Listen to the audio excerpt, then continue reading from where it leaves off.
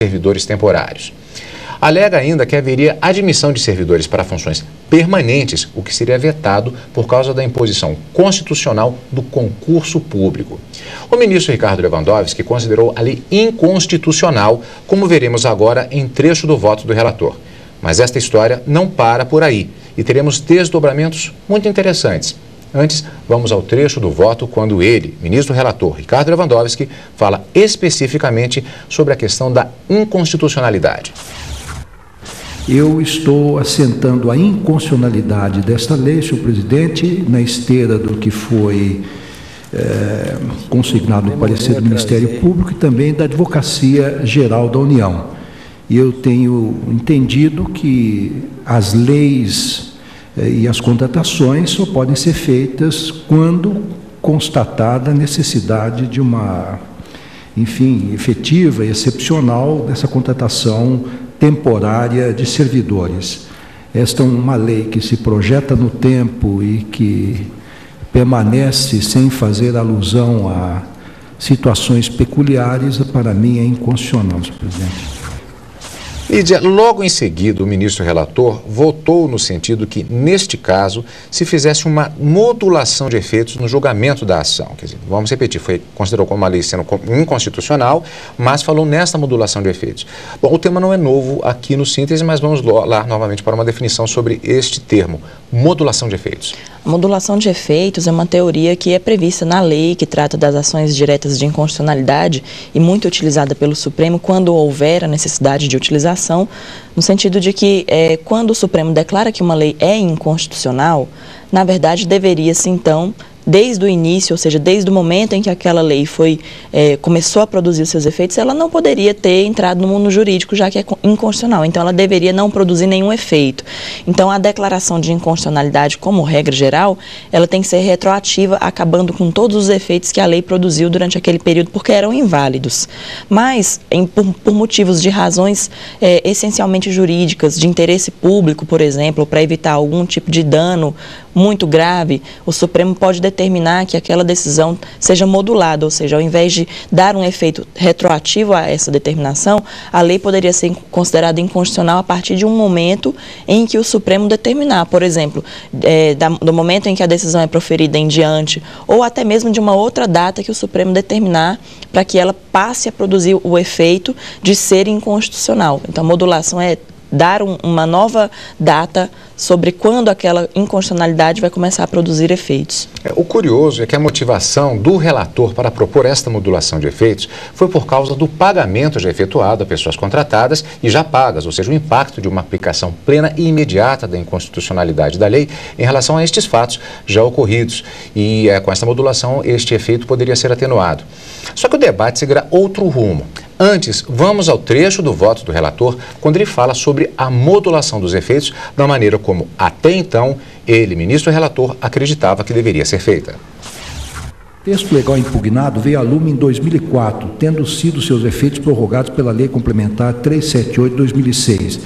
A partir de sua edição, foram efetivadas múltiplas contratações de pessoal que, salvo prova em contrário, a qual não integra os autos, prestaram serviço à administração pública. Seria iníquo, pois, que os contratados ou os próprios contratantes tivessem de repor aos cofres públicos as importâncias recebidas pelos serviços por eles prestados à coletividade com base numa lei complementar em relação à qual milita a presunção de constitucionalidade.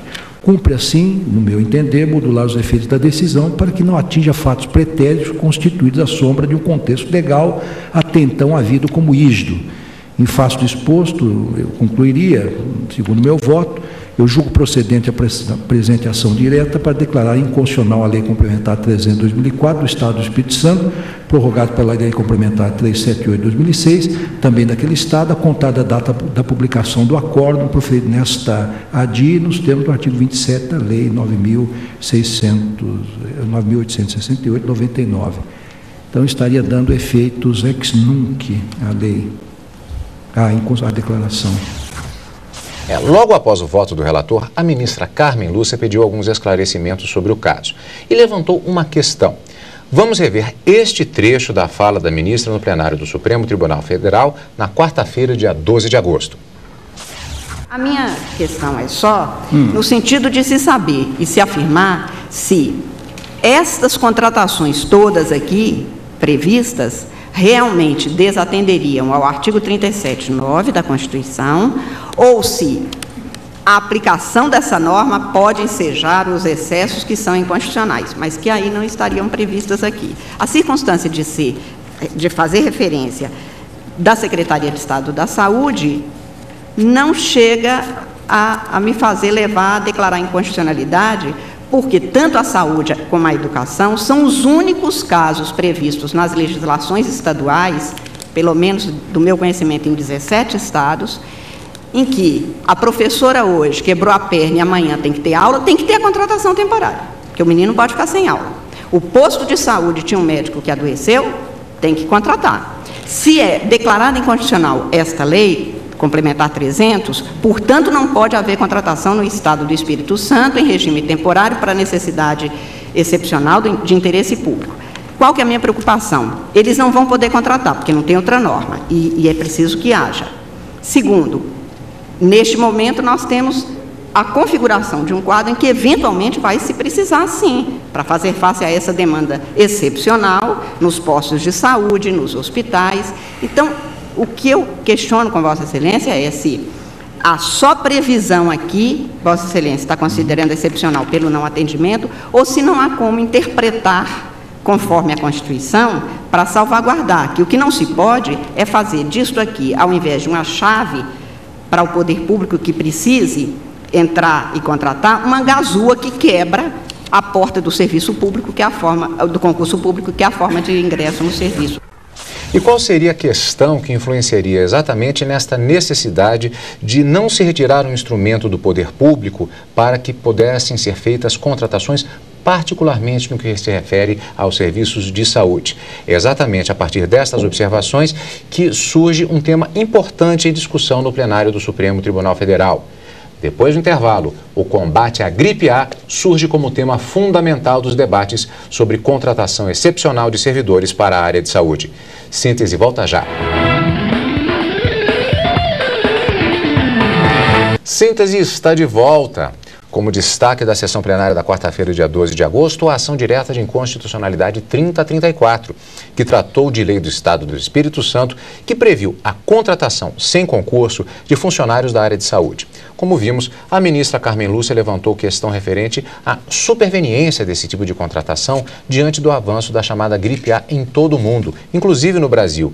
Lídia, a partir destas observações referentes à situação excepcional, no caso, o debate acabou sendo tomado exatamente por uma situação excepcional específica, que foi a chamada gripe A, que é um fenômeno mundial, os debates sobre como modular os efeitos levou em consideração exatamente esta questão.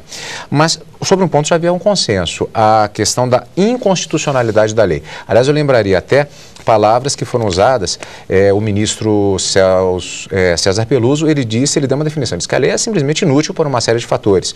E com relação à inconstitucionalidade, é interessante a expressão do ministro Carlos Aires Brito, ele disse que a lei é enlouquecidamente inconstitucional. Isso mesmo, porque na visão de todos os ministros do plenário que estavam participando dessa sessão, eles entendem que o artigo 37, inciso 9 da Constituição Federal, não foi observado na elaboração dessa lei complementar deste Estado. Até porque a lei, ela é, na visão dos ministros, bastante genérica. Inclusive, o ministro César Peluso também fala que existe um anexo na lei dizendo que poderão ser contratados desenhistas, pessoas da parte de administração de um hospital, mas que, na verdade, não há na lei a determinação de quais seriam os casos excepcionalíssimos em que aquelas pessoas poderiam ser contratadas. Então, na visão deles, haveria como se fosse uma burla à questão do concurso público, ou seja, para se prover cargos públicos, salvo aqueles que a lei não exige o concurso público, deveria haver, então, a realização de concurso, o que não está havendo no caso. Então, para todos, a lei é inconstitucional, mas há ainda uma questão a ser debatida. Agora, sobre essa questão da inconstitucionalidade, a título de exemplo, inclusive, como todo o plenário, o próprio relator foi implacável sobre este aspecto da lei. Essa lei, perdoe minha expressão menos acadêmica ou menos jurídica, é uma espécie de um monstrengo, porque, na verdade, ele é um misto de um ato de natureza abstrata e geral com um ato administrativo, porque o artigo 14, como Vossas Excelências veem,